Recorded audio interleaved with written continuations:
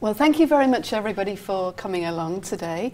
And I'd actually like to kick off with Geoff and ask you, first of all, what is it that you like most about history teaching? It's a very hard one, this, but I think I was reminded only this last week when I was speaking with a student about a project that she was doing in relation to some national curriculum work that I do with the students.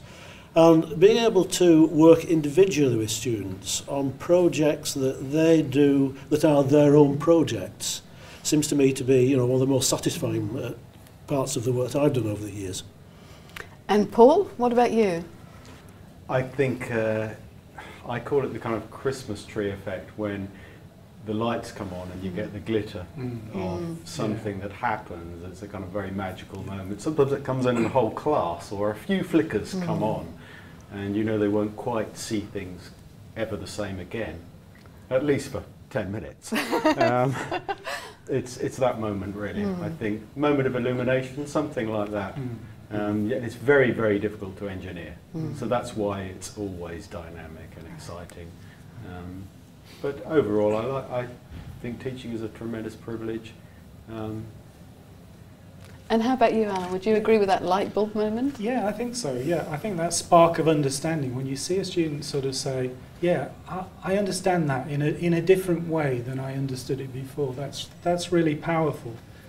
The other thing for me is something about seeing the students develop confidence in a way, confidence in their skills as historians, but also sort of confidence in themselves as people, and being more willing to try new things, to be creative.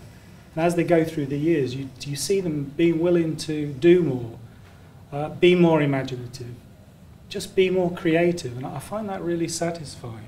But all of you, have put a lot of time, energy and commitment into furthering the teaching of history. So what is it that's important to you in that? Is it the passion for history, or is it the passion for teaching?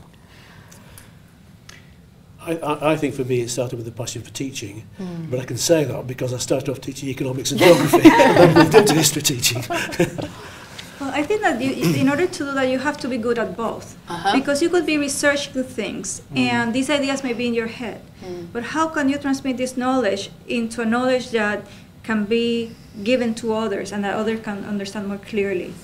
So to me, the classroom is a way for me to test how I can transmit my ideas better to more people. If it stays in a good paper, it's not worth it, at least for me. I think it's an artificial dichotomy. I just don't see the difference between being a teacher and being a historian, being a teacher, being a political scientist. I think the best teachers are those that don't see that distinction.